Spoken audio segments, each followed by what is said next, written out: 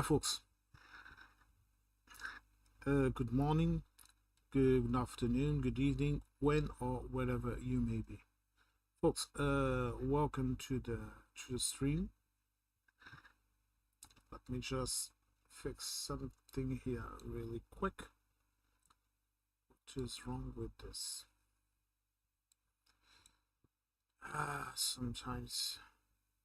Sometimes things are completely working, and just when you are getting started, they like to block. Okay, there we go. Now, folks, again, welcome to the stream. Today we'll be talking about a couple of issues around the world. We'll be talking a bit about the Strait of Hormuz and the entire sitcom in the United States. We'll be talking about Ukraine. We'll be stopping at the analysis of the perspective of Europe on the first speech by Andy Burnham from the UK, of course. And we are going to also talk a couple of things, and I have also a couple of videos that I think they are interesting to watch with you and to discuss a bit. So folks, without further ado, let's start the stream by watching this video about what is happening in the Strait of Hormuz, where once again Mr. Trump has had a temper tantrum and is again effing the oil market for us all that have to pump gas and to pay for energy. Let's watch. The US and Iran exchanged strikes at infrastructure and military targets on Saturday as their battle over the Strait of Hormuz intensified for the seventh consecutive night. The US Central Command reported that its forces, quote, struck surveillance sites, military logistics infrastructure, underground weapons depot, and maritime targets.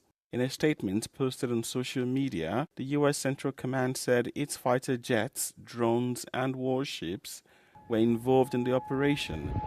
Local media, which is close to the Iranian Guards, reported that Iranian forces retaliated with attacks on U.S. allies and their bases in the region, including air bases in Kuwait and Bahrain. The strikes were confirmed by the Kuwaiti army and the Jordanian military, which reported that its air defense system had been activated to intercept the Iranian missiles in the early hours of Saturday. The latest fighting comes as Iran and the US vie for control of the Strait of Hormuz, an essential waterway that's used to carry a fifth of the world's crude oil, but where shipping traffic remains restricted amid the ongoing conflict. Alright, then what is there to say about this?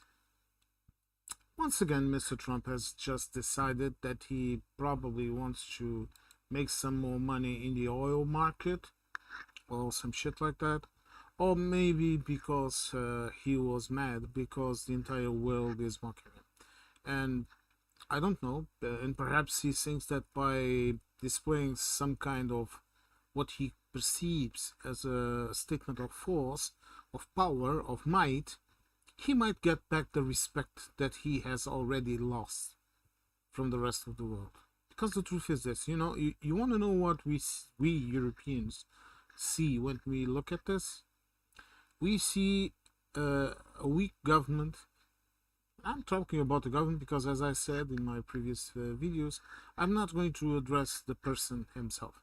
Okay, I think he's ill, and I was taught not to mock the illness of other people, nor to mock their difficulties in this case. But I am going to continue to talk about the consequences of his actions, the consequences of his words, and what he is doing to the entire world where we all live in. And look, and we are going through a crisis. We are going through a climate crisis. I know people try to, oh, it's just this or just that, this will all pass. No. We are in serious problem. We are in a serious problem. We are in the midst of a serious problem, and we have to put up with this shit. We already have enough lunatic countries in the world, and now the United States transforms into the mega lunatic country in the world. and they expect us to respect them or to mind our words or not meddle into the so-called internal matters. F that.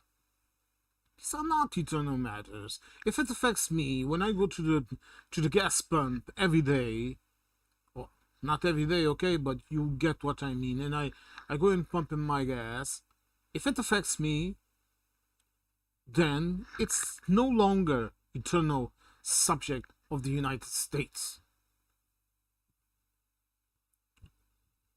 Do you understand what I'm trying to tell you? This idiot is making people go through incredible hardship. You saw what happened to Australia. You saw what happened in the Middle East, yes, in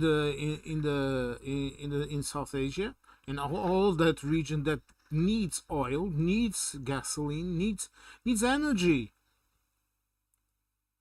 and then the ripple effect on the oil price.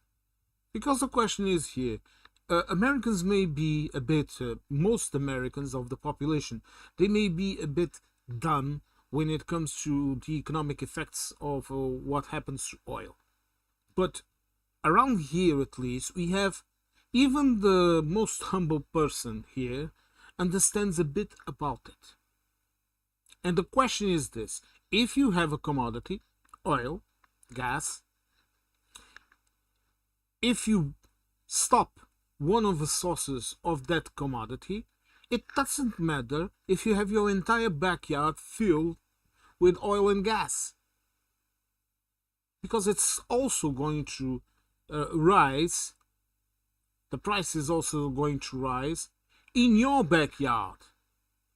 And this is a hard lesson that the Americans are taking. And to tell you the truth, look, that is nothing compared to what is happening here in Europe. And I keep listening to these dumb idiots saying, oh, there's no oil passing through the Strait of Hormuz, but we have oil and we have gas. Well, guess again, dumbass.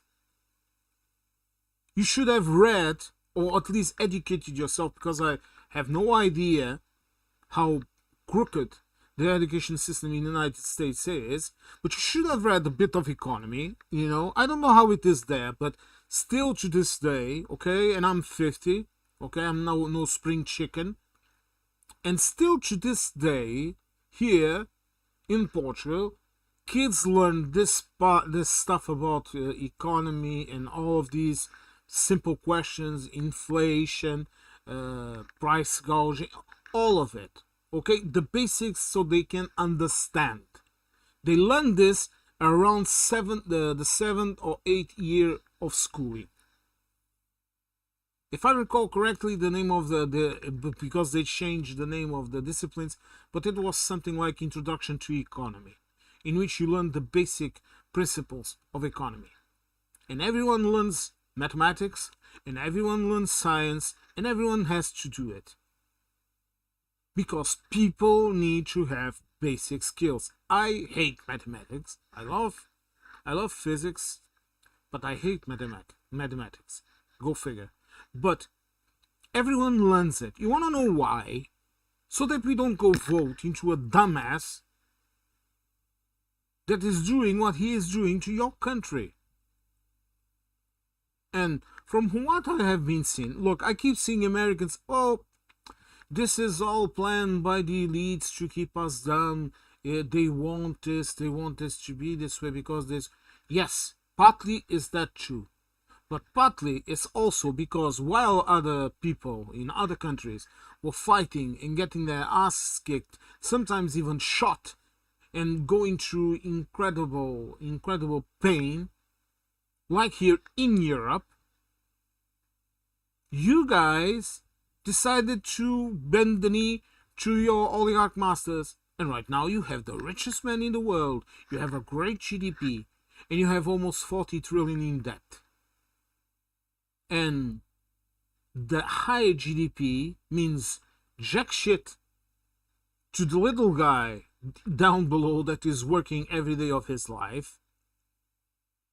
And it means jack shit and jack has left town, to use an American colloquialism. And this is something people don't seem to understand. Hi, Billy Cushion. Welcome, my friend. And anyone that is lurking, welcome. Folks, now let's talk about another episode in the novella of the elections, because each time somebody tries to question Mr. Trump, he either blames Obama, Biden, or he claims election fraud.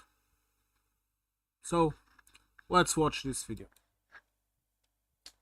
Minute.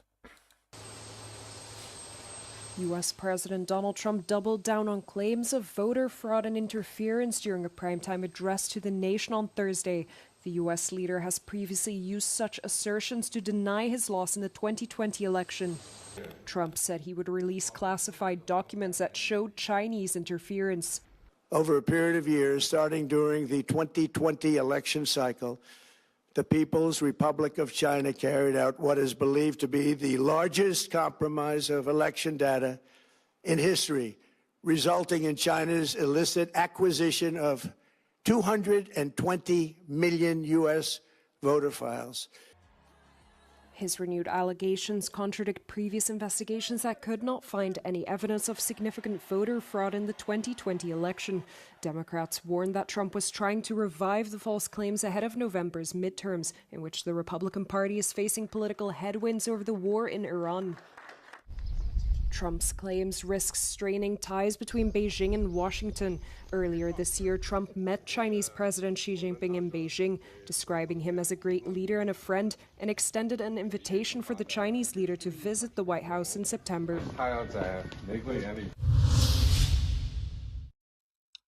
Look, let me be clear about this. As I said in other videos, I'm not going to talk about the health issues of the President of the United States, because I had forgotten a golden rule that my parents taught me, that especially my mom, she really punched it in, which is this: you never mock other people's disease, other people's disability or misfortune, because that is considered to be very rude and very unethical, because you don't know what is reserved for you in the future. The Germans call having that pleasure Schadenfreude. Okay, but they also say it's not correct to have Schadenfreude about anything. So what I'm about to say has nothing to do with the health issues or whatever the man has. It has nothing to do with the crimes that he's being accused of and convicted. It has nothing to do with anything except this: what is wrong with you Americans? What is wrong with you when you allow this guy to continue to govern you, to continue to speak? Don't you understand each word he has? It will have a consequence on your life. Each time he gets up in the evening to go to the bathroom with his cell phone, that someone should remove it from him, and goes to the bathroom and he's pissed off about something: I'm going to put tariffs on France. I'm going to put tariffs on this, on that. And then he makes some kind of AI weird video and he posts it. Look, whoever you are, if you are a fascist, if you are a communist, if you are an American, if you are an European, if you are a bloody Russian, whoever you are, any of you knows that this man is not suited to do the work that he is doing, the job that he has. This man is not suited to be the President of the United States. After that poor-pissed performance in his latest appearance in the NATO summit, the man continues to do the same shit. Now people are criticizing the war in Iran, that they were criticizing because he had to bend the knee, and he will have to bend the knee in the Strait of Hormuz. And what has happened? He has ordered attacks to continue, like we saw in the previous video. He is now threatening with a ground invasion, and meanwhile, the economy of the United States continues to go under. It continues to go under. The economy of the United States is not getting better. The society in the United States, it's not getting better. Already in the time of Obama, count the years, Obama was telling Congress that you needed urgently to renew the infrastructures of the United States. Because it's a leap and a bound to go to the situation in Russia where corruption has transformed the infrastructures into mush. There was rivers of shit in Siberia this past winter. The infrastructure is not working, and now it's getting a well-deserved pummeling by Ukrainian drones and missiles.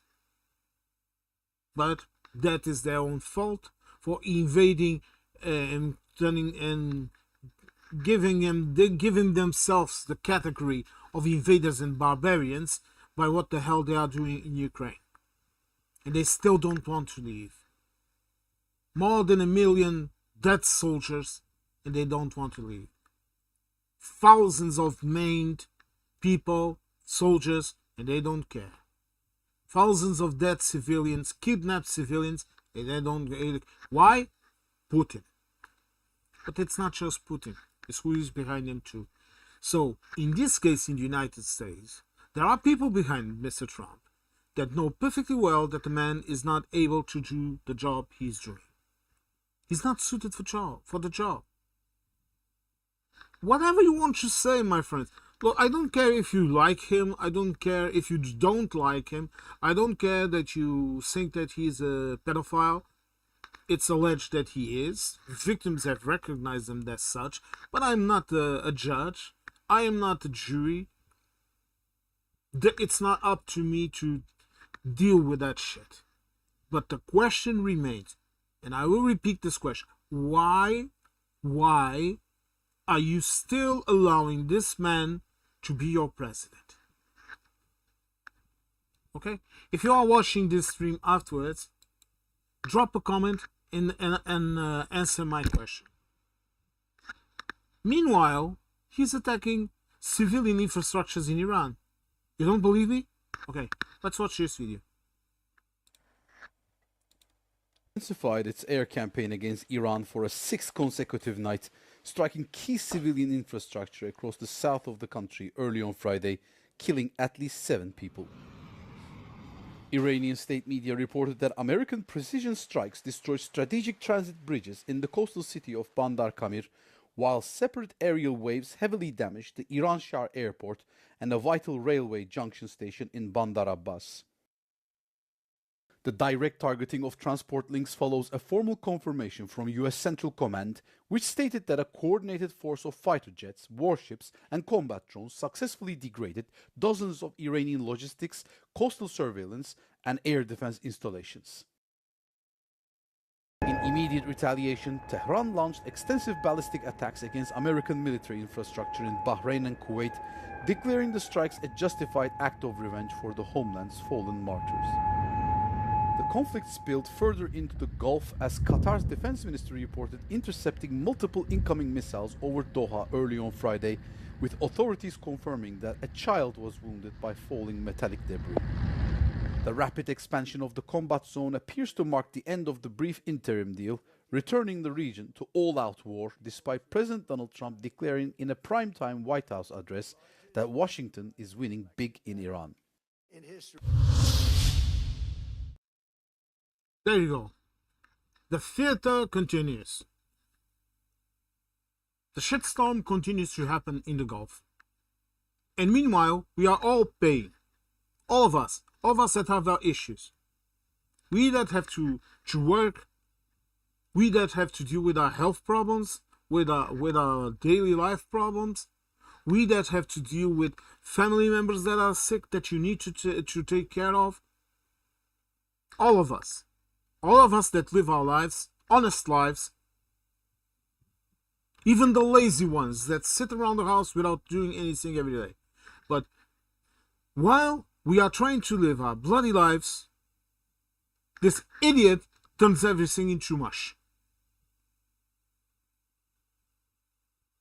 And if he goes into Iran, he's not going to get the victory. He may get a technical victory. He may be able to kill a lot of people. He may be able to destroy a lot of things. But in the end, you want to know what is going to be the real result of this? More hatred for the United States, a lot of dead people, a lot of hurt people, and a lot of dead American soldiers. This will be worse than Vietnam. This will be worse than Vietnam if this idiot tries to invade. And I don't like Iran. I don't like their policies. I don't like the way they treat women. I don't like the way they treat people. But one thing I have to say, and this is the absolute truth, they were in their little corner. They were in their little corner, and they were not doing bloody anything except allegedly subsidize Hamas and other terrorist movements. Or if you want to shift it to the other side, guerrilla fighters. Because we all see what Israel is doing in Palestine, and no one cares. Why? Well, you're anti-Semite. I'm anti-Semite what, you fuckface?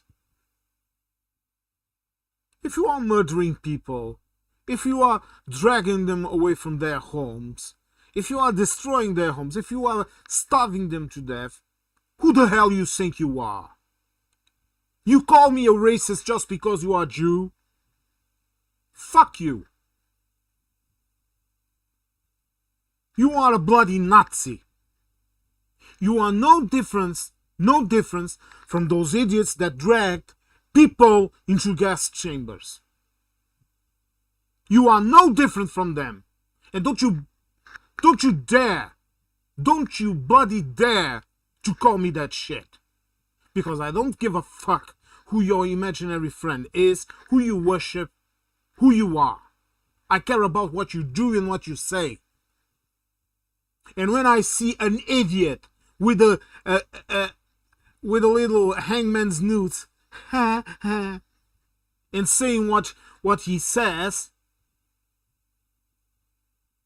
you expect me to sit here and not question it? Hello, Indie.now. Folks, sorry, but I had some interactions today, and I'm really tired of this shit. Once and for all, this YouTuber is not an anti-Semite, and it's not a racist, and it's not a sexist. What I am, however, is someone that will not shut up about this shit, about this injustice. The problem in Palestine, with all the shit that it has, it's not just Israel's fault. It's the fault of the United Kingdom and the United States and of Europe that did not want the Jews, or whatever you want to call it. It's not just their problem. But that problem started in 1946. And then progressed to this monster, this shit that we have going on in Palestine. And the two-state solution was created to take care of a situation that you can no longer change and make things better. And now they call us racist if we say anything against them, and meanwhile they continue to kill people, they continue to steal land, You saw what happened to Rouhani when he was in Palestine. You think those settlers are any different from the kids in the Sturmtruppe that used to break Jewish people's business windows in order to force them to leave? Because people look at World War II and they look at it as a single event. You want to know how it started? It started by persecuting minorities, gay people, fringe religious sects, people that were different, gypsies, Slavs, whatever you want to call it, okay, and Jews. And they would not give them a job. They would destroy their business. They would not allow them to do certain jobs like doctor. They kept pushing them and pushing them aside. And then one day, they were all shipped into a bloody train into a death camp. Okay, this is what Israel is doing in Palestine, and I will not shut up about this. This is the hill where I will fall. I will not shut up about it. It's genocide. It fits the entire description of what a genocide is. Oh, we were defending of the terrorists. You were defending of the terrorists when you leveled Gaza and killed all of those people. The numbers that we know, who knows how many have died. Christians, American Christians, you want to know what they think about you? About me? I was also raised Christian, Catholic. You want to know what they think about me and you? We are animals for them, for the Zionists. We are not pure. We are barely better than a donkey or a bear or a farm animal. And they are using your soldiers to do this shit in the Straits of Hormuz. And they are using you and they don't care. But it's not just them. It's the rich bastards in your country too that are not Jews. Because you want to know what their religion is, I'm going to tell you right now what their religion. Their religion is the same shit that is causing climate changes and that is killing thousands of people, maybe millions, across the world. It's greed and power. This is what they want. And they don't care who they have to step in to get it. And while you are praising Israel in your churches, they are destroying centuries-old churches in Palestine, where a lot of Palestinians are Christian. A lot of them are Christian. And there are not so many Christians in that region right now. You want to know why? Because they had to flee. And meanwhile, you sit in your comfortable homes, Americans, and you vote for Mr. Donald J. Trump, the emissary of chaos.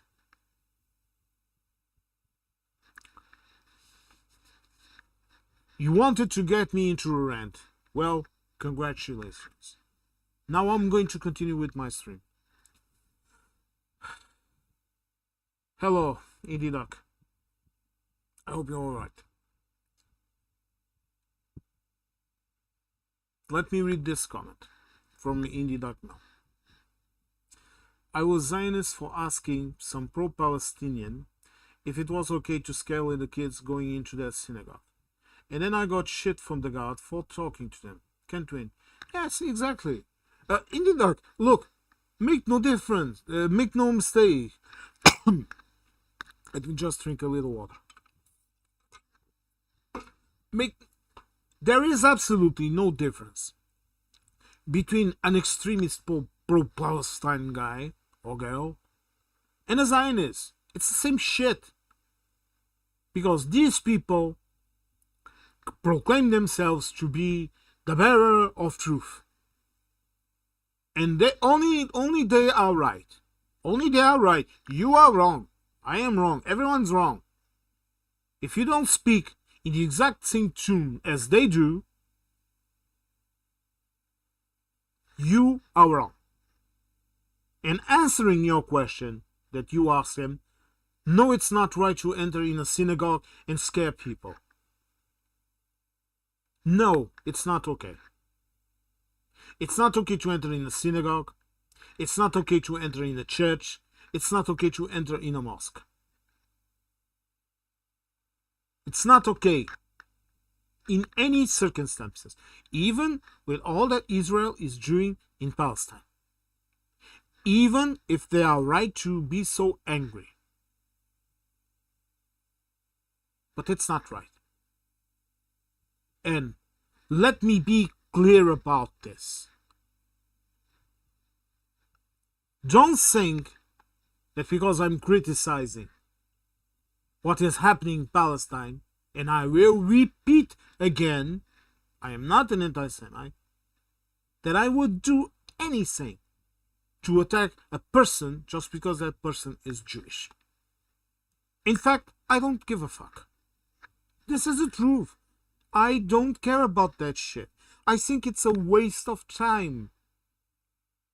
If I talk with someone, look, I'll give you I'll give you a very simple example. If I'm talking with a woman and I like her and she likes me, I'm not going to ask what is her religion or even an ethnic group. If we are having a drink and perhaps enjoying some activities. You want to know why? Because she's a human and I am a human. This is normal. We create these gates. We create these stupid ideas and we call it, oh, you need to have order in society. Yes, we need to have order in society. And the first thing we should do is to ban all of this shit. I have been very open about my opinion. To me, religion should be something personal. That you share only with the people you love, with your immediate friends, whatever. I don't believe in any of that. Because politics always corrupts religion. Some people say, oh, religion is controlling politics. No, it's the other way around.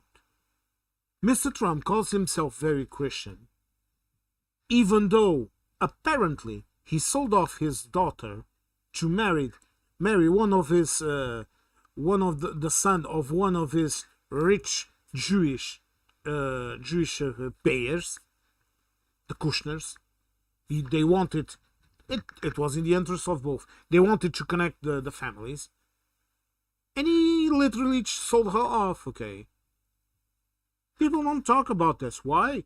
Oh, you are saying lies. You are alleging this. You are alleging that. You are saying... No. I am saying what I see. But Mr. Trump, the guy that has done all of that shit, he claims himself to be very Christian. Very religious. Yes, he's a very religious man.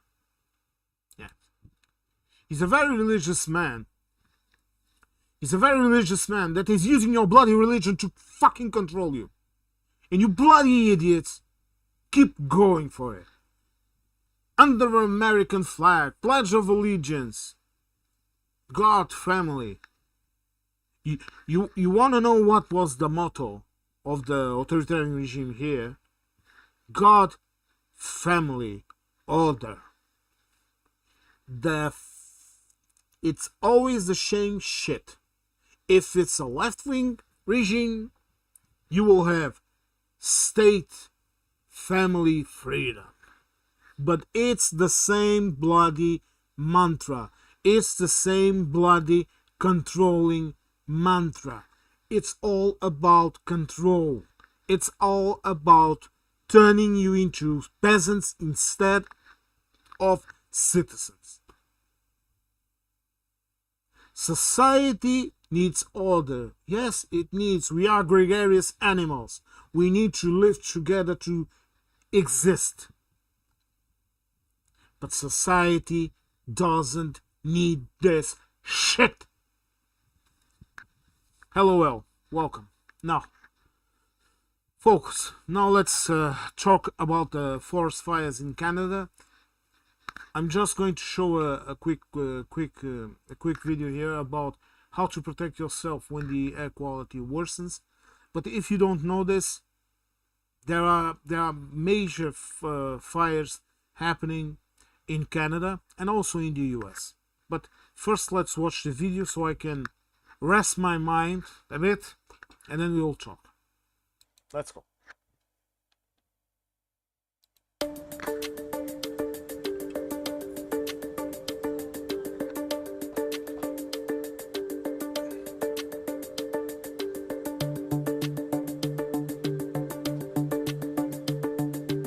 But what we're most concerned about is the breathing complications that can happen from breathing in this polluted air. Because basically one of the particles of wildfire smoke is fine particulate matter.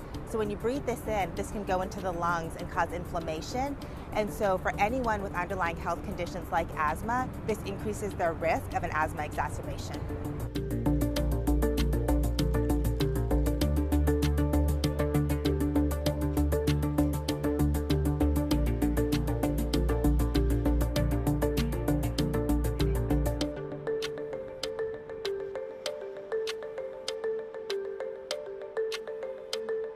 If you do have to be outdoors, you want to wear a mask that's going to filter out as many air pollutants as possible. So this includes what we call an N95 mask, and the 95 basically means that it filters out about 95% of air pollutants. Cloth masks and surgical masks are not going to give you that same level of filtration.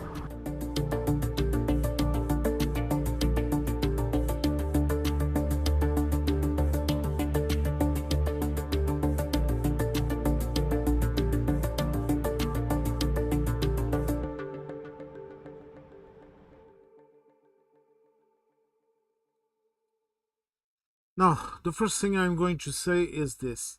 I don't care about the World Cup. So the fans, well, maybe they shouldn't be there. And maybe they shouldn't be, if they are Europeans, maybe they shouldn't have gone to the United States to support the clown show. But this is all I will say about it, because I have already talked about the World Cup and it doesn't deserve my time. Now,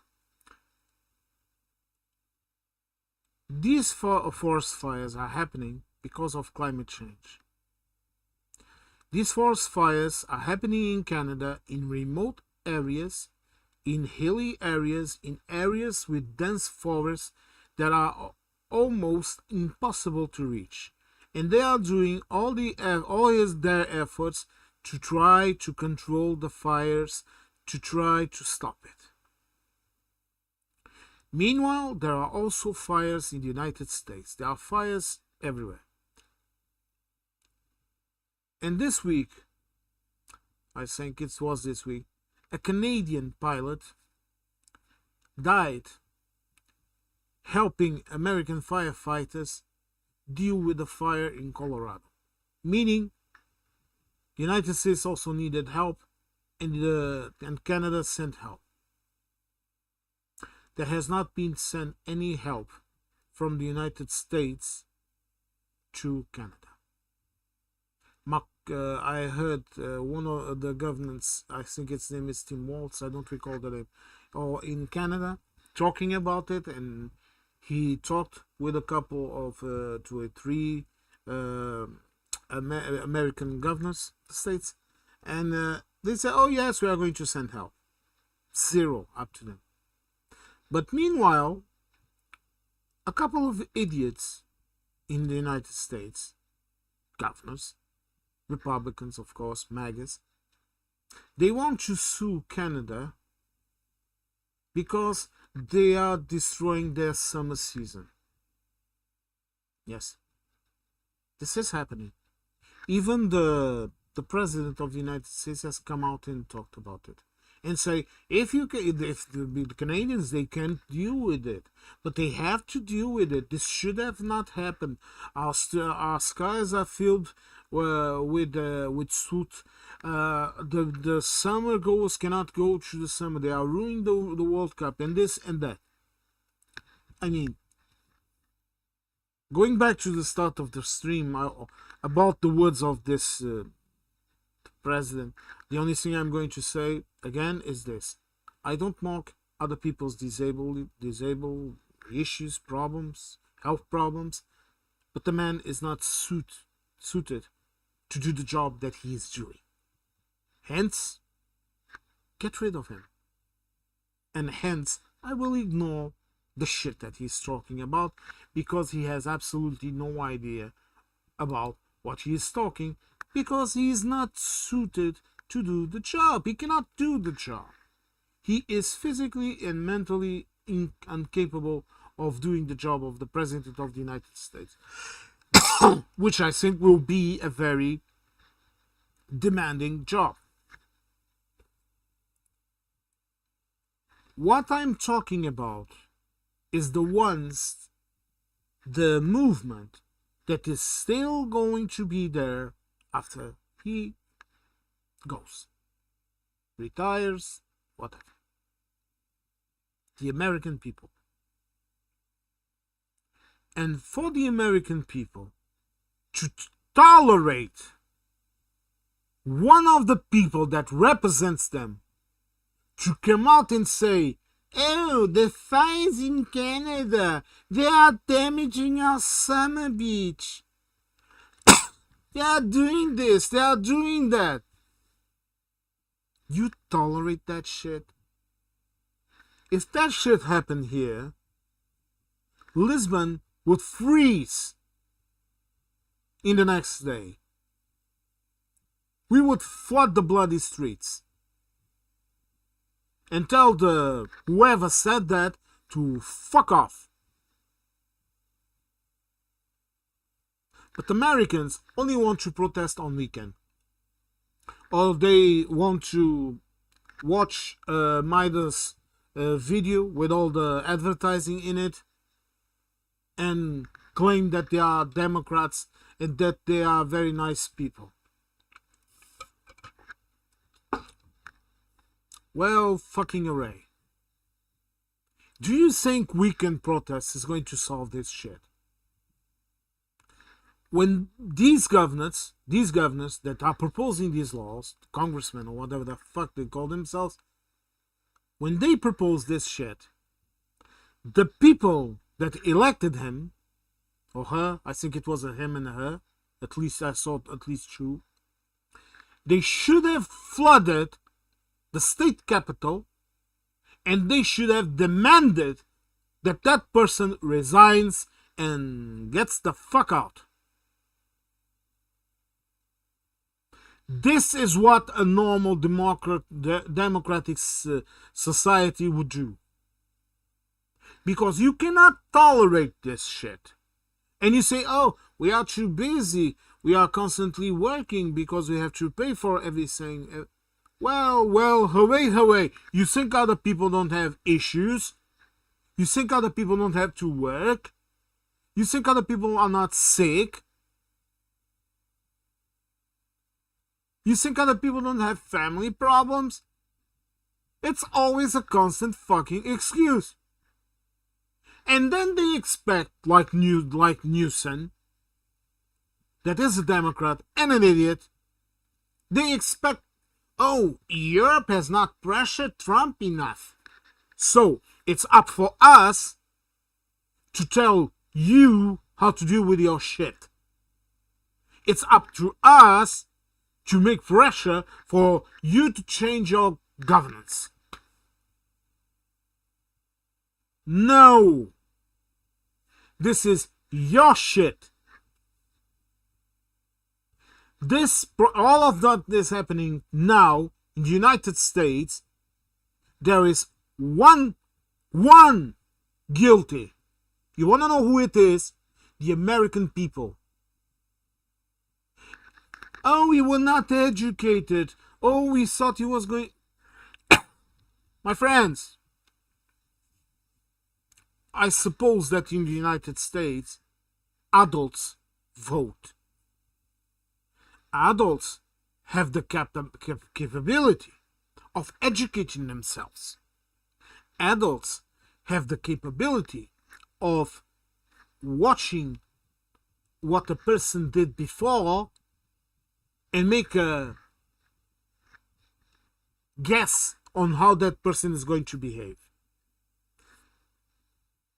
Donald J. Trump stood in a podium and said sayings like this: after I am elected, you will no longer need to worry about elections.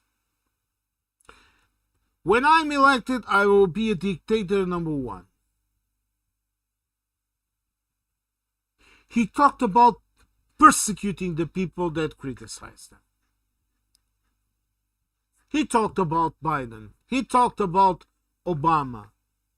He talked about the Clintons. He talked about shit fuck knows who what else. He told you who he is. And half of you didn't even bother to vote.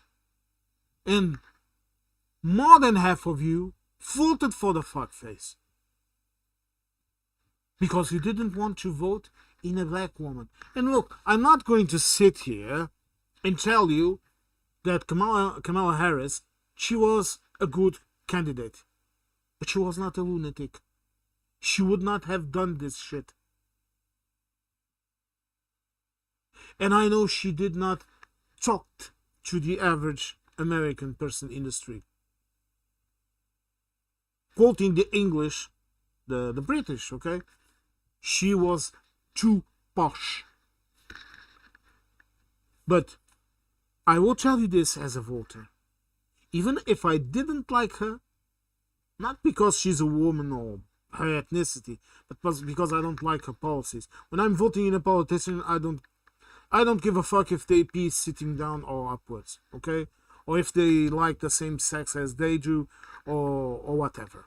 Or if they had 1,000 boyfriends or 1,000 girlfriends. I don't give a fuck about that. What I do care is this person competent to do what they are supposed to do? Does the program of governance that this person is presenting is according to my own views, and that I vote. If I was in the United States, I would have voted in Kamala. Just so I could not have the lunatic as a president. And after all the shit that he did in his first term with COVID, after all of that, and you're voting. So, again, I will tell you this. Americans, don't come into my chat claiming, oh, we were mistaken, oh, we were fooled. No. Assume your mistakes. I assume mine. In this stream, I said I had forgotten the golden rule that my parents had taught me to not mock other people's health problems and disabilities. I said I was wrong. And I will say this again. Even if the person is a repulsive creature. But I should not mock him. But the man is clearly unsuitable to be in the job of the President of the United States. That is all. Now, let's move to another subject. Let's talk about the UK. And I'm going to show you a short video from Euronews. By the way, all the videos that I'm using in this stream, they are going to be available in the description, so you can go and watch them yourselves.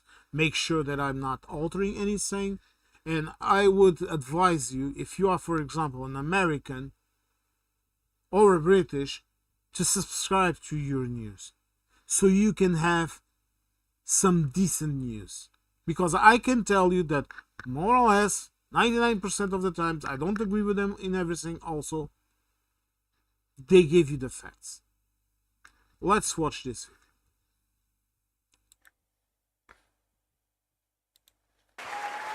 Andy Burnham has been named as the Labour Party's new leader and is set to take over as the UK's 7th Prime Minister in a decade on Monday. Burnham was announced as the new head of the party at a special press conference on Friday.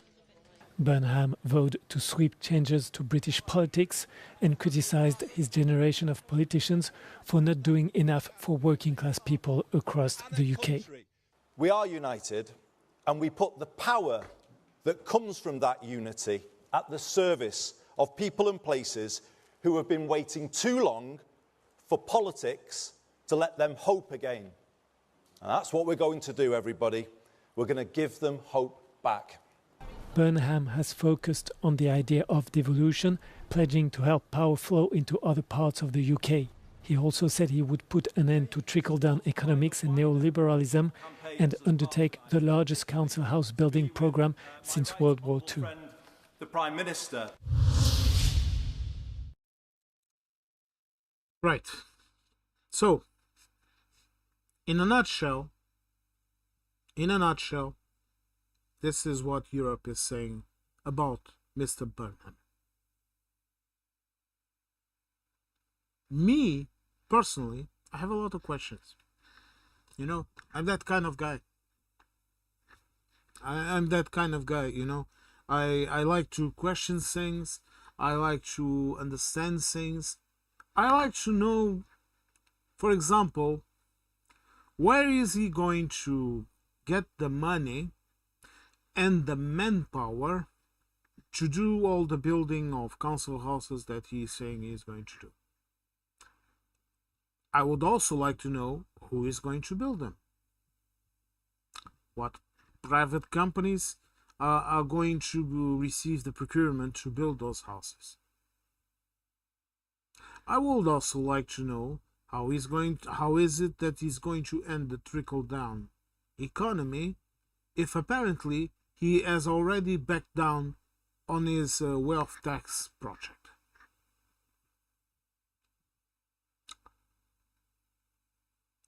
I know there are a lot of British people right here in the chat, and please don't misunderstand my words.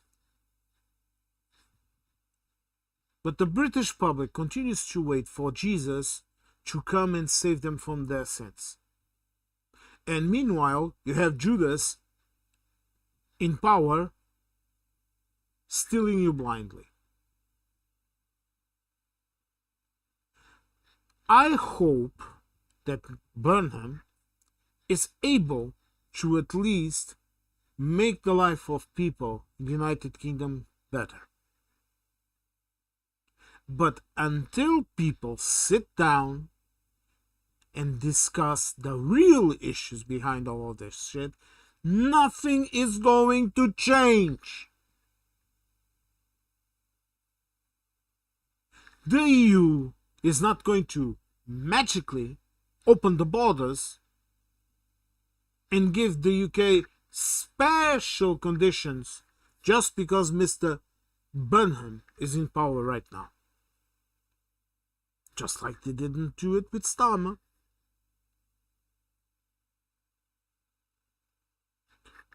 Why? Because this is the real world. This is the real world. The UK continues to have major economic issues. And the problem with these economic issues is this. They don't go away just because you get used to them. Just because you get used to, I don't know, and this is just an example, okay? I'm not saying this is happening. But the problem doesn't go away just because, for example, you say the shelves in the supermarket are no longer empty. Just by you saying that, and waving your hands, that is not going to change it. Oh, I can still stay in Europe for as long as I want. I can still go to Spain, I don't know, and stay there for the entire year, and no one cares about it because I'm British. No. If you violate the rules of the TCA, of the trade agreement, you are going to get kicked out of Spain and perhaps banned from entering there. And yes, you are going to have to subject yourself to the entry-exit system, the EES. And yes, you are going to need to have your passport while you are in the country to identify yourselves. And yes, you cannot go to the EU healthcare system and pay as a citizen. Just like this week, in my workplace that I'm not going to disclose, of course, I already told you I'm not going to say what I do for a living, but we advised a Spanish citizen that didn't know how to get health care, and that had his little identification. It's kind of a card, but it's an older version of the EU healthcare card, and we told him where he had to go in order to get some medical assistance, and he's going. I hope so. God willing. I hope so. It's an expression. God willing. Okay? A very Portuguese expression. But I hope that he got the help that he needed. And he's Spanish. He's in Portugal. And if he was Danish, if he was German, if he was if he was from Poland, whatever, you don't have that anymore. You don't have the single market, you don't have the customs union, and you don't have the political leverage to change any policies in the EU, even if those policies will damage the British economy. And to this day, first you had the Tories whistling and saying everything was alright. And then you had Starmer. I had high hopes for Starmer because he seemed like an intelligent guy. And what did we get? A big bag of fuck nothing. All he did was trying to cherry pick things.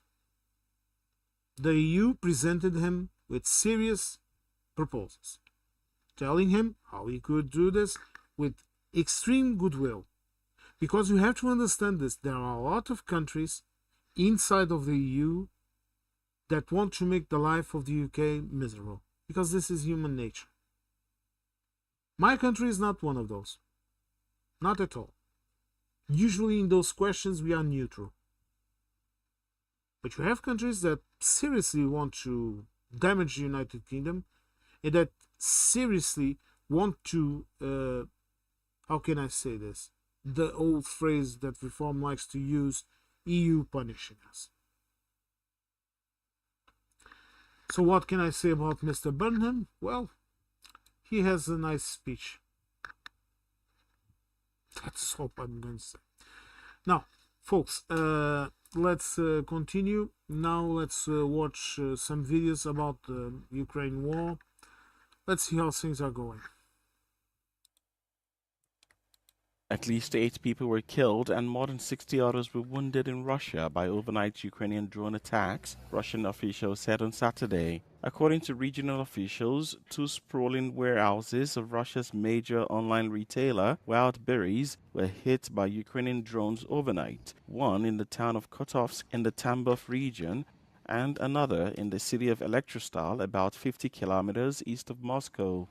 Ukrainian President Volodymyr Zelensky confirmed the strikes in a post on social media, saying, quote, the aggressor used them to supply sanctioned components for drone production and navigation equipment.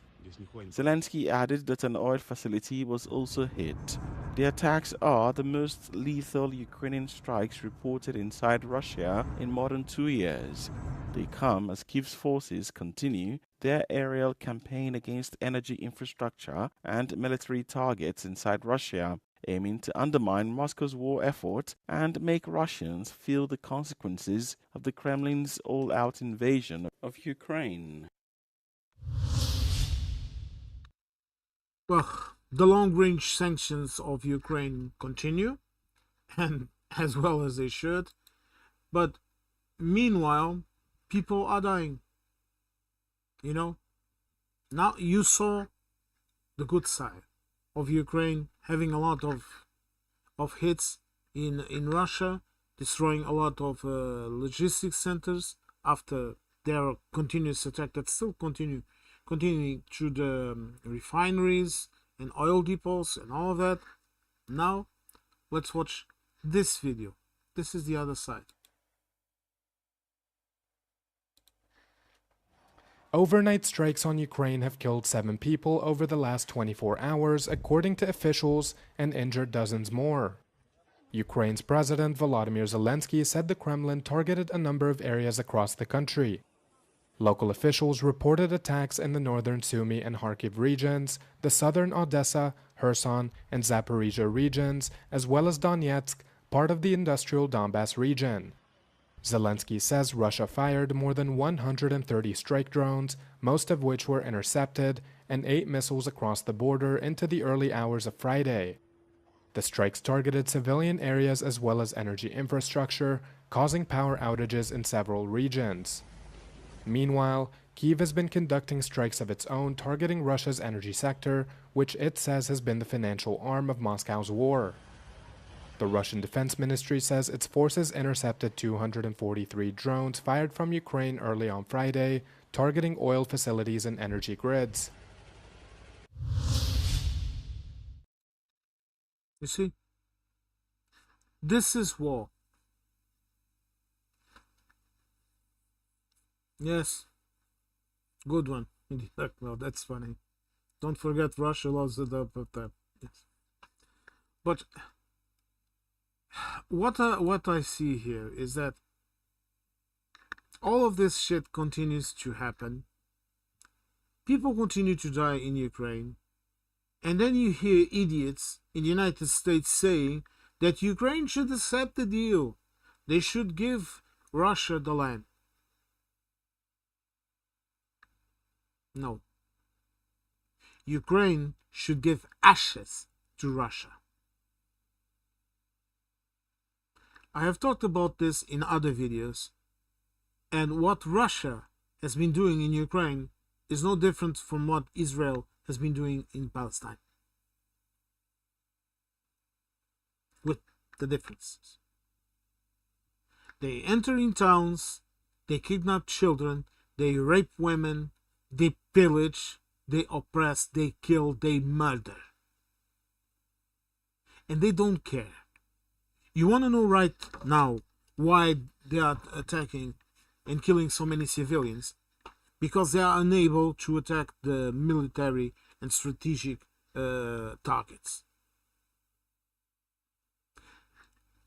And they don't have the air force enough, the air defenses, let's call it this way, to even stop the Ukrainians from bombing them deep inside of their country.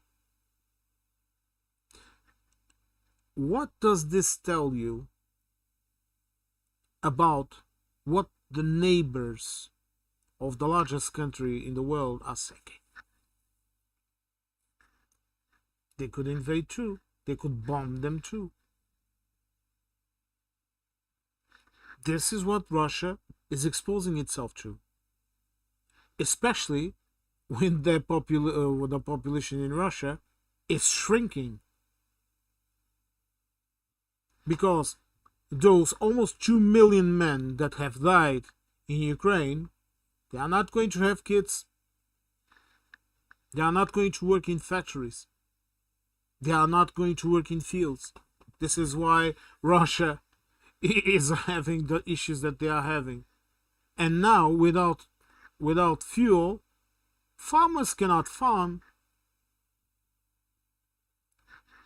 Yes, in the dark mail, Ukraine is a gateway to Europe. If they gave up, what's next? Exactly. If the Nazis had been successful in retaining Ukraine, they would have won the war, because they would have closed the gate. And they were this close to doing it. Do you understand that?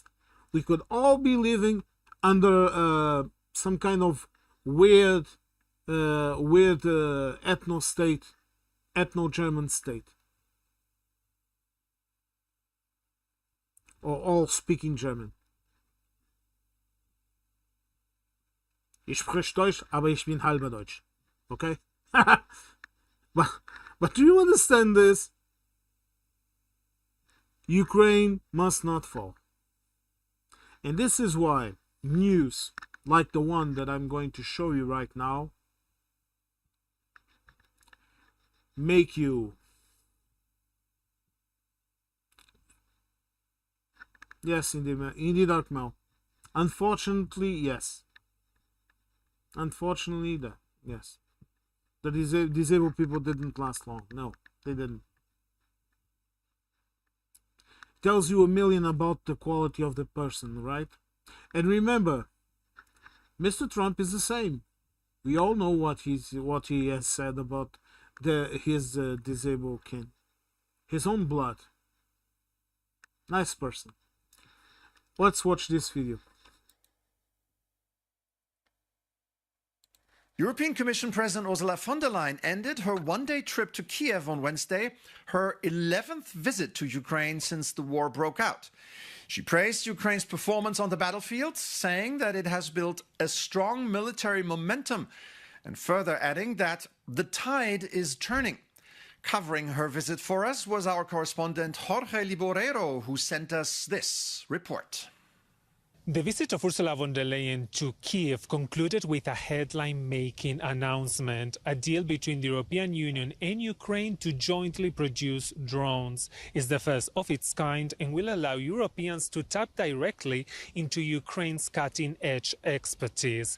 Notably, the agreement will enable Ukraine to store some of these drones inside EU territory to protect them against Russian strikes. President Zelensky hailed the deal as a truly historic step and said that relations between the two sides are now deeper, stronger and more personal than ever before. But besides drones, there was a lot of talk, of course, about accession. President Zelensky and President von der Leyen both held the momentum in the process and encouraged member states to open new clusters of negotiations with Ukraine, a decision that requires unanimity, and we all know how difficult that can be. In fact, von der Leyen during the press conference gave us a very strong hint of what cluster might be next. Take a listen. There are different clusters for different topics. For example, the cluster number 2 is for the internal market. And our candidate countries have very different starting positions. If you take Ukraine, Ukraine has already done a lot what is potentially in the cluster 2. So it has done already homework in the cluster 2 because we have the DCFTA, the Deep and Comprehensive Free Trade Agreement. But even more, we also have, specifically only for Ukraine, the Ukraine facility that comes investment with reform. And the reforms are often concerning the single market. So, for example, that is a cluster where I would say it's ready to be opened because some of the work is already done by Ukraine. And I think this illustrates that we can truly say as soon as possible. Right. The drone construction. You want to know what? After what I saw in Ukraine, with the recent attack solely with drones on an island in the southern region, it was like watching the Terminator movie and watching the Skynet machines. They are building drones that can do almost anything. And they are doing it for sheer necessity, because Ukraine has much less soldiers than Russia, that keeps throwing them to the meat grinder in the usual tactic, which I find to be absolutely lunatic, but who am I? And as the war progresses, Ukraine, its technology, its battlefield experience, all of this is intertwining with the EU. And as you heard Mrs. von der Leyen saying, the accession process of Ukraine to the EU, it continues. It has not stopped. And I know I hear a lot of YouTubers saying, well, but Hungary is blocking it, and this and that. No. What is happening is what always happens when new members start the process of candidature, of applying to enter in the EU. First of all, it starts with tears. First do this and do that, balance the economy, all of this. All of it, okay? And as the country progresses, all countries negotiate things. And for example, imagine this: when Portugal and Spain entered into the EU, French farmers, they were very wary of having, especially, but also Portuguese dairy and Spanish fresh produce and vegetables and all of that, flooding their market. So a negotiation was done and solved. The exact same thing is going to happen with Ukraine. Because in Hungary, you don't have Orban there now. You have a person that from what I have been seeing, he's a decent person. He's a normal person, at least. So, don't let yourselves go into all of these narratives. I have been hearing a lot of these narratives saying, they are blocking the accession of Ukraine and this and that. Replace the word blocking for negotiating, because that is what is happening. Okay, now let's go back to the Red Sea. Right now we were in the Strait of Hormuz. Let's go to the Red Sea and let's watch another video about what is the EU doing in the Red Sea. Let's watch.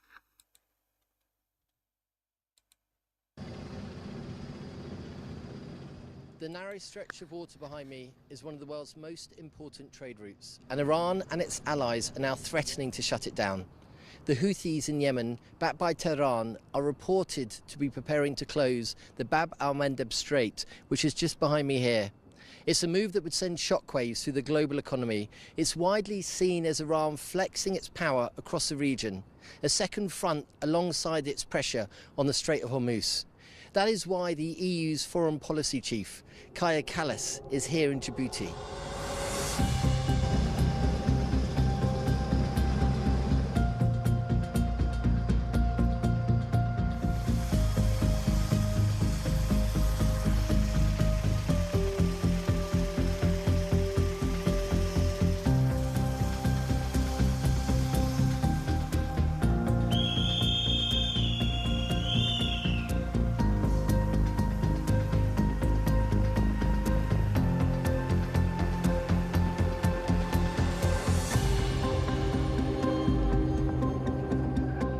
I'm on the Italian warship, the Bergamini, at the entrance to the Red Sea. Behind me, you can see two warships and another tanker.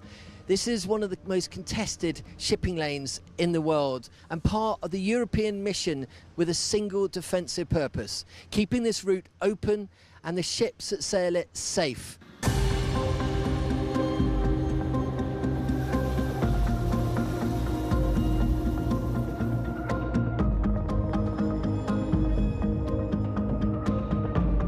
We are very proud of Operation Aspides. It's escorting ships here in the Red Sea. We see the crisis also in the Strait of Hormuz. It's vital that the trade routes remain open, and we are doing this work in Red Sea right now and discussing also whether we can change the mandate to include mine sweeping. If one trade route, very vital trade route, is closed, then we need the other one to be clearly opened. And it also has, increased the discussions of what more can we do. We have the coalition of the willing for the Strait of Hormuz, but it's not functioning yet. So the question is whether those ships that have been promised to the operation, the coalition of the willing, could also be. So if those ships that have been promised to the coalition of the willing, because they are just waiting, could be deployed here under Operation Aspides as long as the coalition of the willing is not functional yet. The requests from the shipping industry are increasing, and also depending on the volatility of the things that are going on in the neighboring countries. This is putting a lot of load also for us and requests. So that means that we need more ships in order to be able to deliver and cover all of these requests that we receive from the shipping industry. This is the European Union expressing its strategic interest in maintaining the security and acting in a security role through the auspices of Aspides and Atalanta here in the Northwest Indian Ocean. The blockade of the Strait of Hormuz made all the illegal traffic that used to come from the south of Pakistan to Somalia make it impossible. So the pirates decided they needed money, they needed to go to pirates. So basically, because of those factors, there is an increase and a surge of piracy right now in the Indian Ocean. European mission down beneath us is simple. It's just to change that to protect the ships that come through to keep this corridor open. Seeing this from the air, you understand the scale of what's at stake. What looks like a thin strip of water is actually one of the most important things for the European economy right now.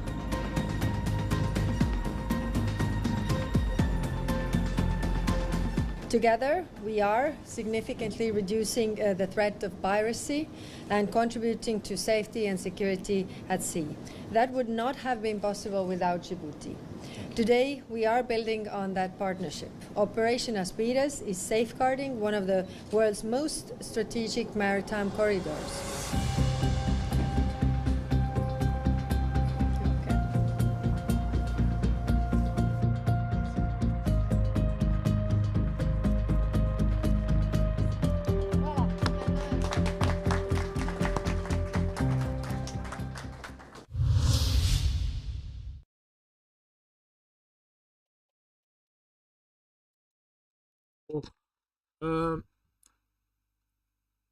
Folks, I want to ask you something before I address the video and talk a bit about it. If you are watching this after it has been published, not live, watch the chat and watch what people are saying in the chat. I'm going to read these comments because they tell a lot about some of the people that come to this chat and that deserve a word because of their kindness. Indie Dark Mel, we were talking here about Ukraine, that Ukraine used to be a beautiful country, and Indie Dark Mel says it still is, but it's the people I love the most. The spirit is something else. I have met many heroes here I want to see again. And she is talking here about this. We have something called HUG, help camps for the soldiers. I do what I can, but only speak 5-7 words, so limit. If you don't know this, indeed, she has some health issues. Okay, that is all I'm going to say. She can share it with you if you ask. Now, and she says here, and this reminds me of something. My most precious item is a patch a soldier took off his jacket and gave me. Looking into the history of it, I found it was one of the units trapped in the steel plant in Mariupol. And after that, and losing his leg, he still smiled.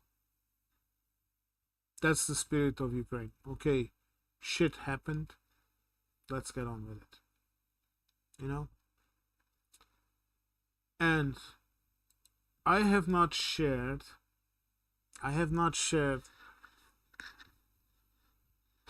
all of the stories that I have heard, because by saying those stories, they can be traced back to the people that told me their stories. And to me, that would be breaking the bound of truth between us. You know, I'm that type of person that if you tell me something and you tell me this, please don't say this to anyone. I won't. I won't open my mouth about it. I won't talk about it. I won't comment on it. Nothing. It will be between me and you. Because I think that truth and honor, whatever, and I'm not talking about honor like that idiot Hexet talks about honor like it was some kind of a disposable thing. No, to me it's not. To be true, to not say lies, speak lies, and to have honor, where your word is your word. Okay? And I have spoken about this. I have talked about the little kid, little girl, barely 7 probably, that here in Portugal she was very happy going into the supermarket with her mom, and she said in Ukrainian, the mother told me what she was saying, that she was very happy because she could go into the supermarket without the bad man shooting at them.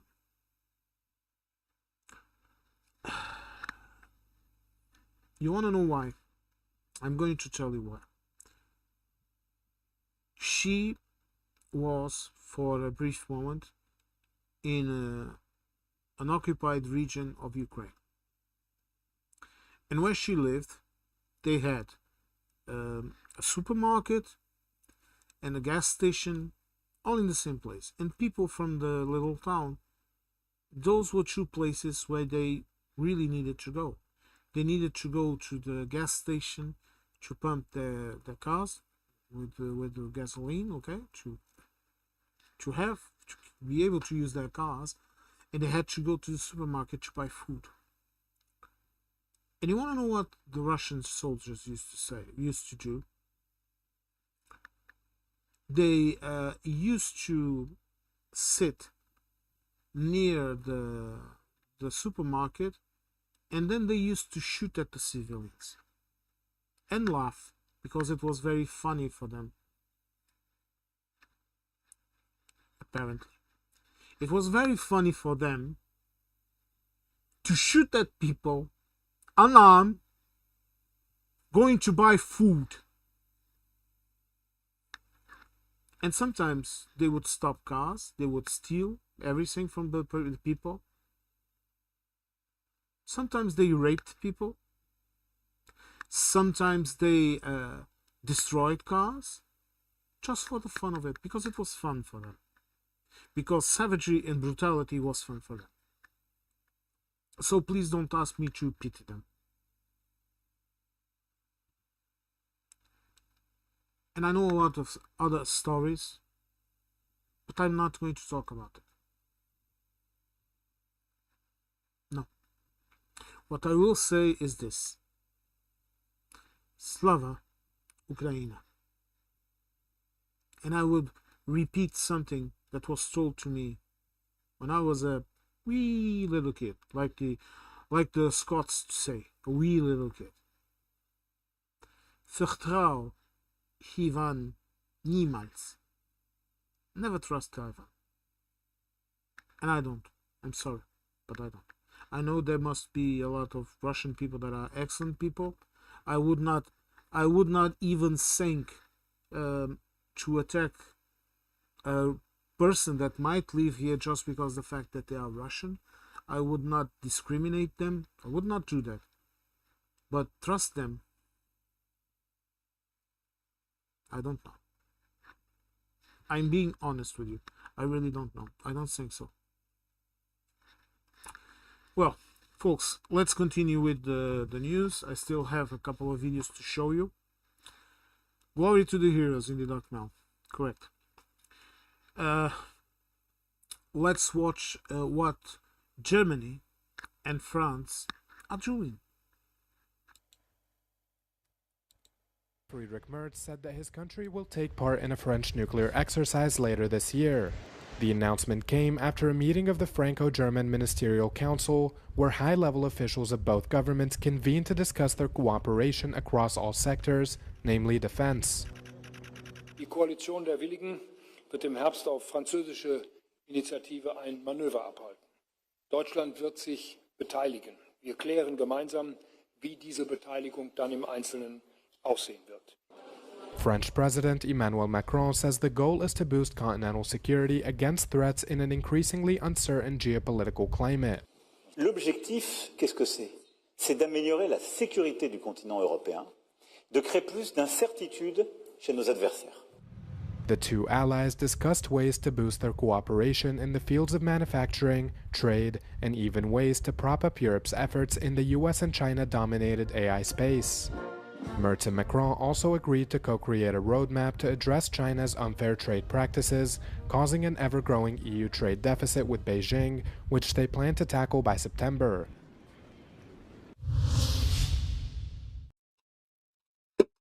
Oh. My mouse has gone away. Sorry, folks. Technical issues. This way you know I'm not AI. Now, folks, very important. What you are witnessing right now is the blueprint of what the EU is going to do. Yes, runaway mouse.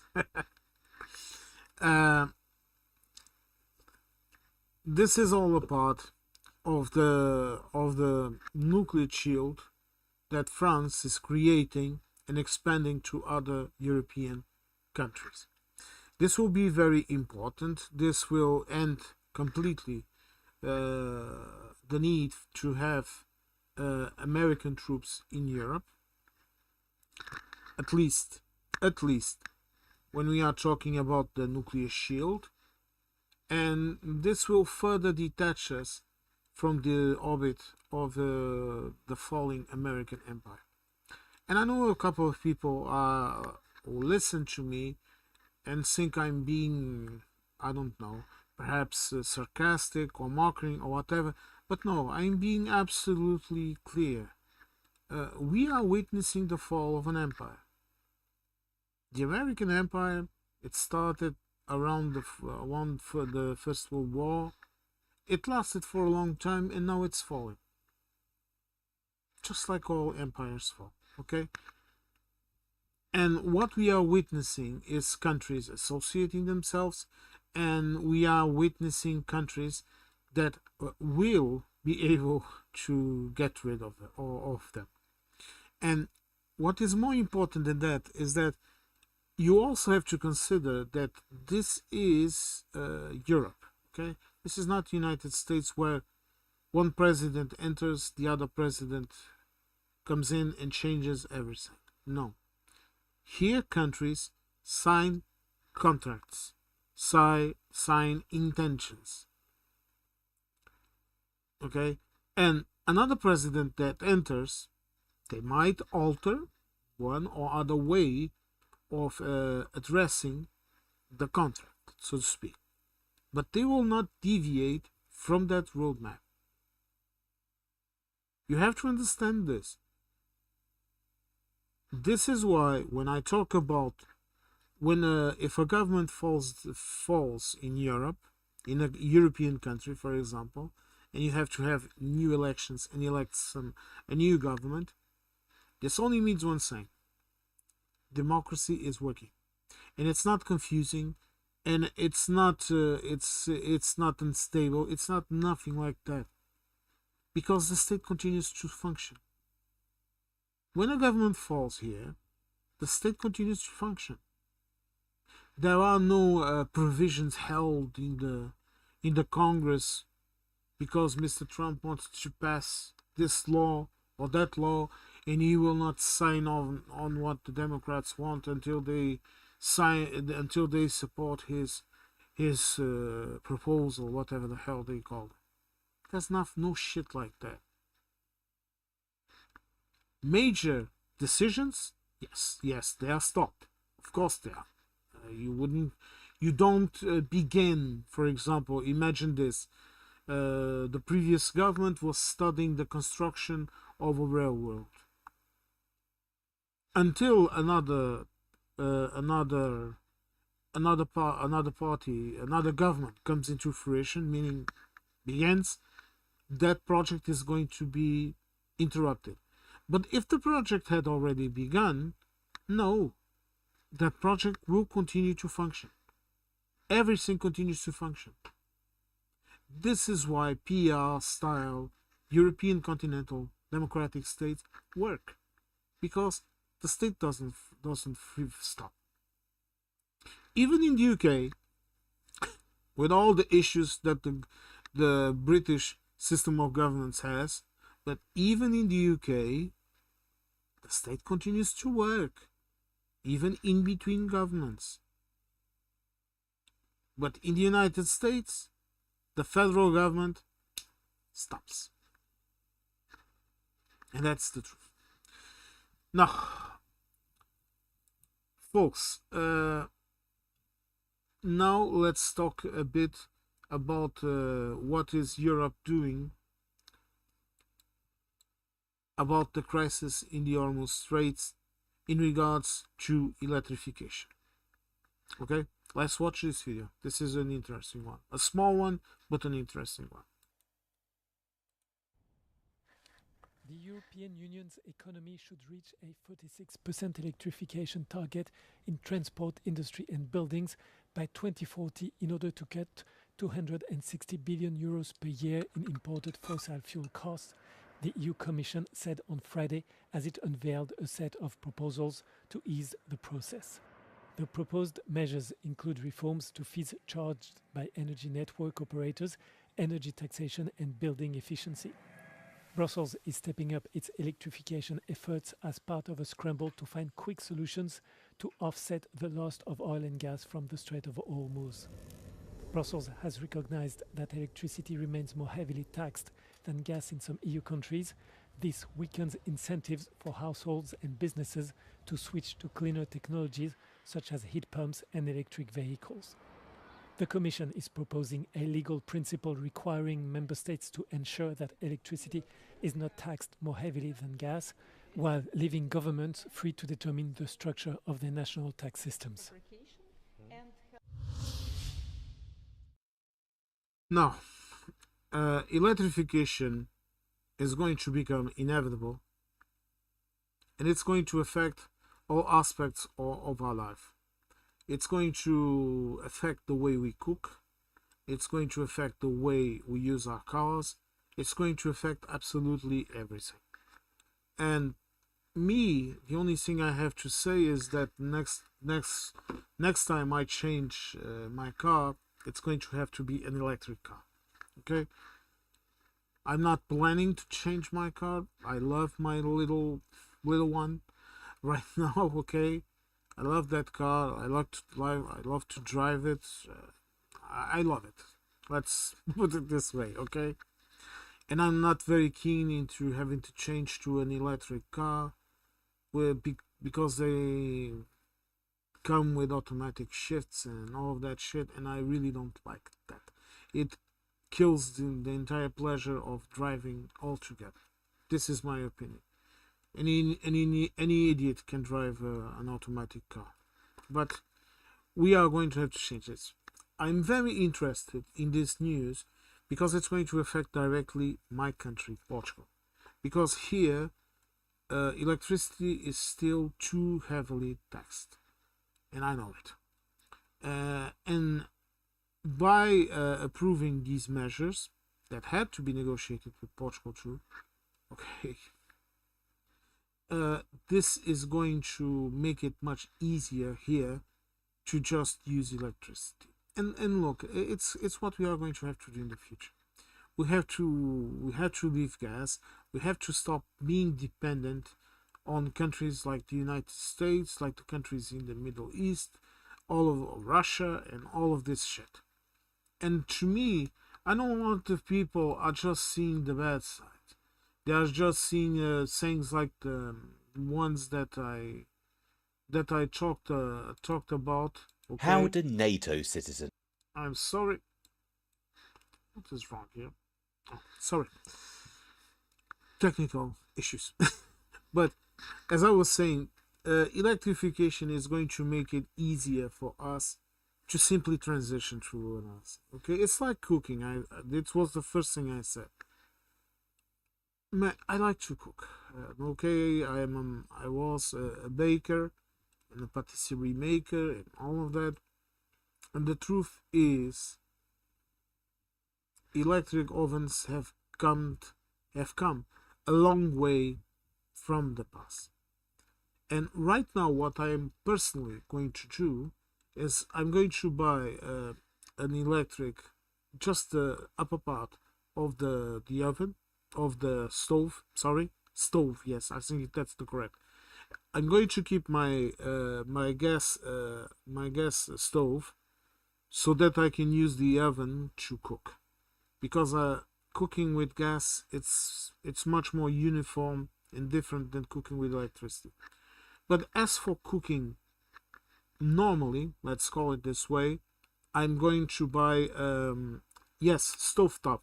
Thank you very much, Indie.mel. Sorry, English is not my first language, folks, okay? Don't crucify me, please.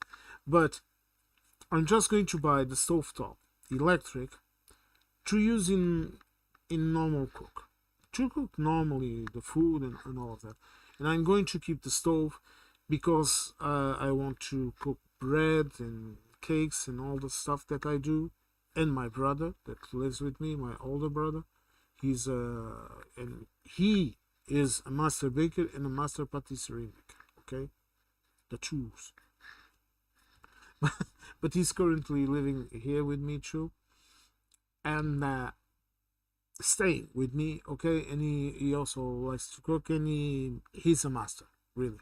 Okay, and I'm also the equivalent to a master, but just baker. And I'm going to transition to electricity because, look, you need to do it. Okay? You need to do it.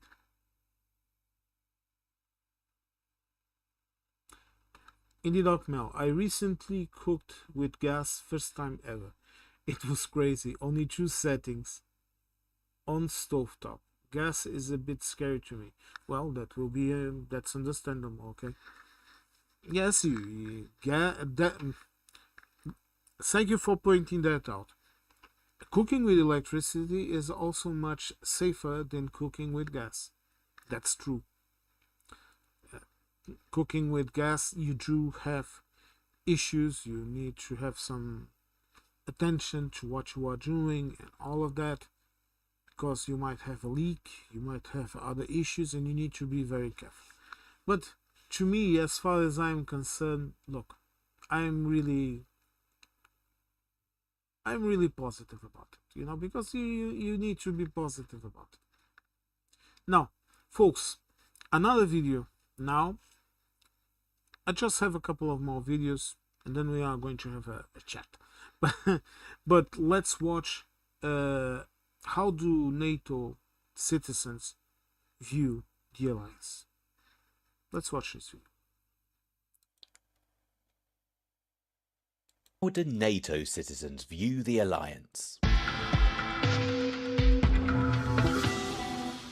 Amid Russia's war in Ukraine, US President Donald Trump's threats against Greenland, and his general criticism of NATO, the military alliance has been in the news a lot recently, and it appears that most citizens of NATO's member countries have a good impression of the organisation. According to a study by the Pew Research Centre, NATO is viewed positively in most of the 13 countries surveyed, especially Poland, Sweden, Germany and Hungary. The majority of respondents in non-European member countries, Canada and the US, also have a favourable impression. It's not the same story in every country though, with Spaniards split 48 to 44% between unfavourable and favourable opinions of NATO, while a clear majority of Greek and Turkish respondents have a negative view.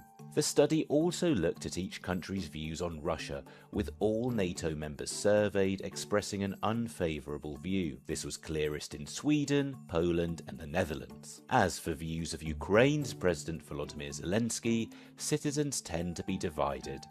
The Swedes, Brits and Dutch are most likely to say they have confidence in him doing the right thing, while Hungarian, Greek and Turkish respondents are most likely to say the opposite. Well, an interesting video. But by watching this, you can really see the divide of opinions in Europe.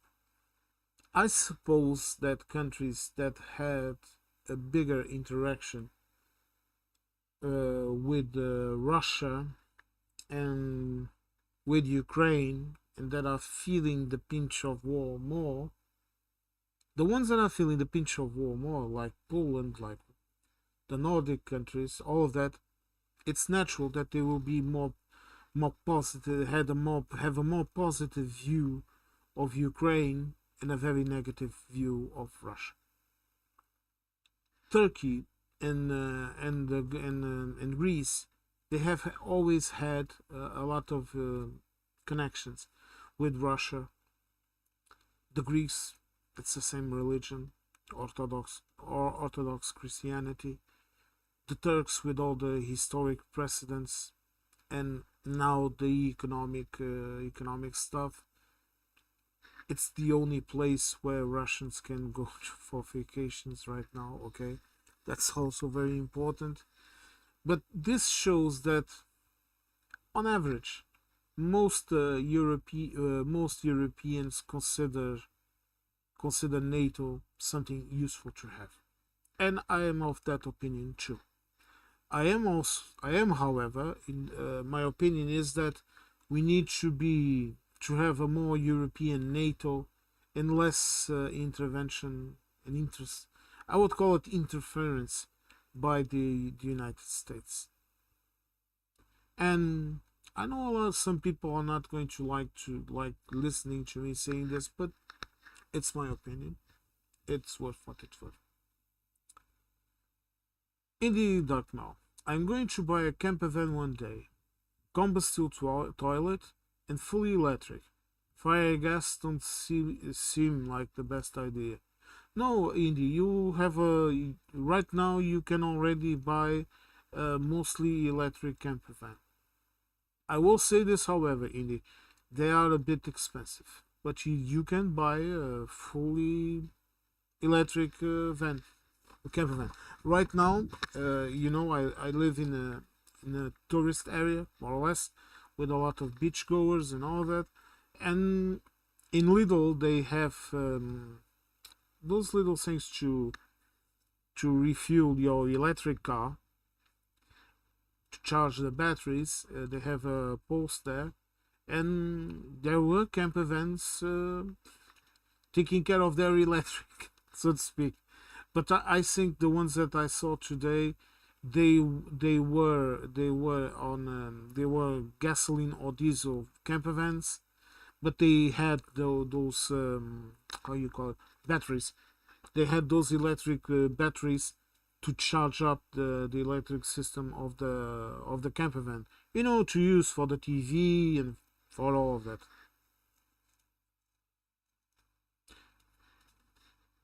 In the dark now, there is a guy, a Japanese guy. I don't recall his name.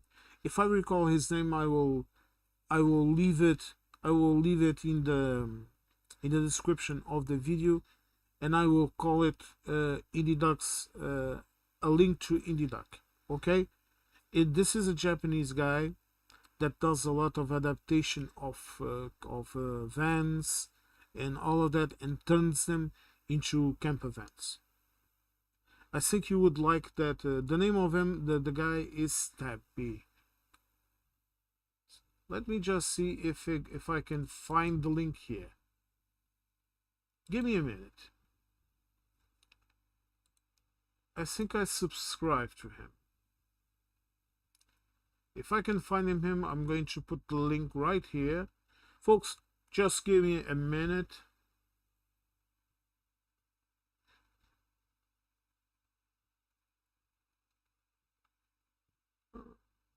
Now, where did I...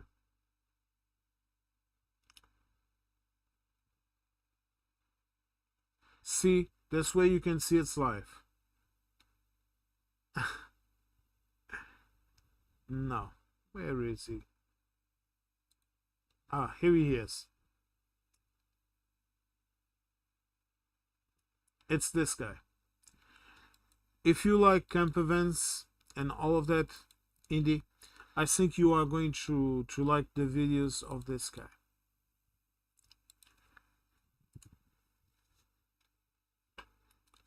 Check him out.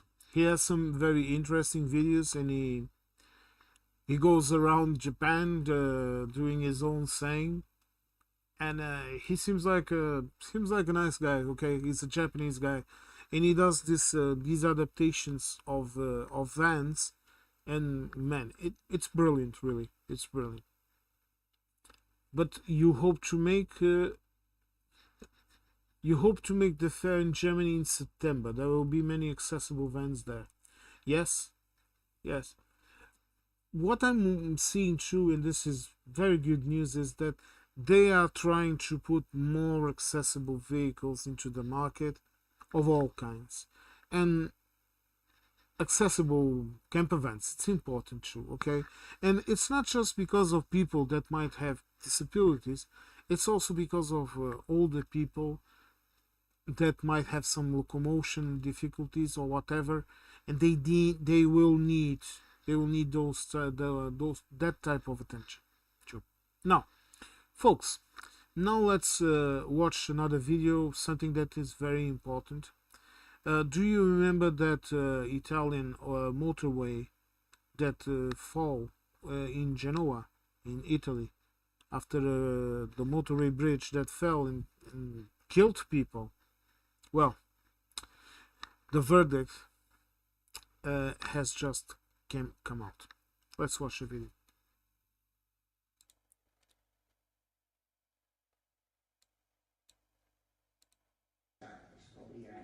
A court in Italy on Thursday sentenced Giovanni Castellucci, the former chief executive of Autostrade per l'Italia, Italy's largest motorway operator, to 12 years in prison over the 2018 collapse of Genoa's Morandi Bridge.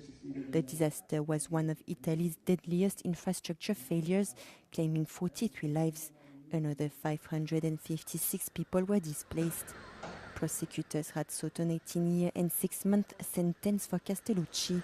In all, 32 people were convicted and handed sentences ranging from 1 year and 11 months to 12 years. Others were either found not guilty or lesser charges had expired under the statute of limitations. Also convicted were Autostrade's former head of maintenance, Michele Donferri-Mitelli, who was sentenced to 11 years in prison. The former CEO of SPEA engineering company, Antonino Galata, received 5 years and 6 months. Defendants faced charges including negligence resulting in the collapse and manslaughter stemming from failures to maintain the bridge, which was part of a main route linking northern Italy with the French Riviera. President of the Morandi Bridge Victims Memorial Committee, Egle Possetti, said she was satisfied by the verdict. Castellucci's attorney, however, said he would launch an appeal, calling the verdict deeply flawed. Castellucci is already serving a final sentence of 6 years for the Monteforte-Irpino bus crash, perhaps the deadliest road disaster in Italian history. On the 28th of July 2013, a tour bus, due to a brake failure and the failure of the highway guardrails to hold it back, plunged into the void, killing 40 people. Well, what I have to say is, first and foremost, even if time has passed, so much time has passed over this, it's good to see that at least some kind of justice has been obtained. It won't bring the people that were killed and injured with all of this, the families that were broken or even destroyed completely, but at least 6, 7, 8 years, but there is some kind of justice, and he's going to appeal it. But from what I saw of it, I also saw in the Italian news, I don't think he will be able to dodge a jail time. Some more, because as you can see, dumbass is already in jail for another crime. Now, folks, I'm going to end the stream soon, but before that, I want to talk about a couple of things. First of all, I would like to thank you all for your kindness and for the support that your kind words have given to me. These days have not been very good to me, very good for my family. I'm not going to go into details, but a person that is very dear to my heart went into the hospital, almost died. Thank God not. Knock on wood. And it's been another adjustment. Because on top of all of that, my health has not been very good, and the stress of all the things just piling up over us. Sometimes it's a bit too much. But folks, I'm going to try to make some more videos. I'm going to try to give you more contents, because like I said, I don't want to give up on this channel. I want to continue to grow it. I want to improve the quality of my streams and my videos. Thank you, Andy Duck. You are going to make a video. Do it. Just turn on the camera and talk, Indie Duck now. It's all that is all that it takes is to make that leap. And sometimes it's not easy, I know, but you have to do it. But folks, I just want to talk a bit about this. Again, thank you. And to tell you this, I am going to continue to talk about these things. Even if I get mad, like I did in this stream, but I had to talk about these issues. Even if only half a dozen people watch my stream, I want to give this the subjects that we talked about. I want people to listen to this and to think a bit about it and to make their own bloody minds. Okay? To not just be a pawn in someone else's game. And to tell you this, every word matters. Whoever you are, if you are too young or too old, No one is listening to your voice. If you can do this, turn on the camera and talk. Do it. Do it. Just do it. Even if you have 2 people or 3 people or half a dozen or no one in your streams, if you think you have something important to say, or if you just want to vent and talk about things that are happening in your life that other people may connect their experience to yours too, do it. Don't wait for anyone to tell you to do it. Just do it. Nothing more. Now, folks, gonna end the stream. Thank you very much for coming. Idi Dark Mel, you did not hog anything. Come on. You can chat away, you can talk. Anyone, look, my rules are the same rules that I have when I'm modding in other channels. People need to be civil. That's all. You can swear in the chat. You can talk about different things. No issues. Okay? Now, folks, let's end the stream. Have yourselves a great weekend. Take care of yourselves. Billy Kershaw, Indian Akmel, L. Take care of yourselves. Folks, now going to have me dinner. Or me tea, like the British say, right?